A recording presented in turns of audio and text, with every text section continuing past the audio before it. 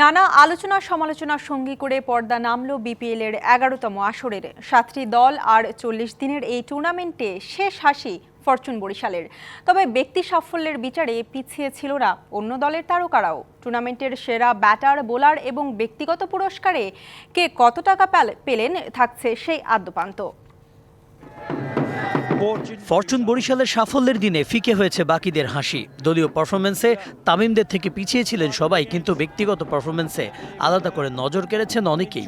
মেহেদী হাসান মিরাজ যেমন খুলনা টাইগার্সের মতো আন্ডারডগ দলকে কোয়ালিফায়ারে নিয়ে আসার পেছনে অবদান ছিল এই অলরাউন্ডারের।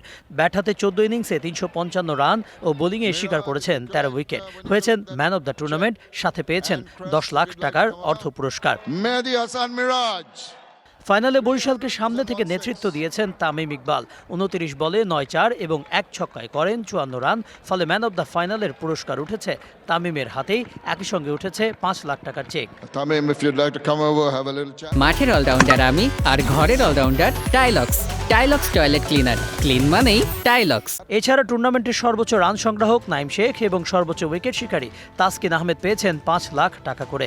সেরা উদীয়মান তারকা তানজিদ হাসান তামিম ও সেরা ফিল্ডারের পুরস্কার পাওয়া মুশফিকুর রহিম পেয়েছেন ৩ লাখ টাকা করে। ব্যাট হাতে নাইম শেখ ছাড়িয়ে গেছেন সবাইকে। এবারে বিপিএলে একমাত্র ব্যাটসম্যান হিসেবে ৫ শতাধিক রান করেছেন খুলনা টাইগার্স ব্যাটার। তারপরেই আছেন তানজিদ হাসান তামিম, চিটাগং কিংসের গ্রাহাম ক্লার্ক। টুর্নামেন্ট জুড়ে নিষ্প্রভ থাকলেও আসরে এক ইনিংসে সর্বোচ্চ স্কোর করা ব্যাটার লিটন দাস।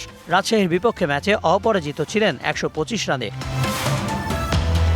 বল হাতে আসরের সেরা পারফর্মার তাসকিন আহমেদ। ১২ ম্যাচে ১২.০৪ গড়ে ২৫ উইকেট নিয়েছেন এই তারকা। এরপরে ২০ উইকেট নিয়ে আছেন ফাহিম আশরাফ, আকিব জাবেদ ও খালেদ আহমেদ। ইনিংস সেরা বোলিং ফিগারেও তাসকিন আহমেদের আধিপত্য। ঢাকার বিপক্ষে ১৯ রান দিয়ে ৭ উইকেট নিয়েছিলেন এই দুর্বার রাজশাহী তারকা। Kanak Mahmud, DBC news desk.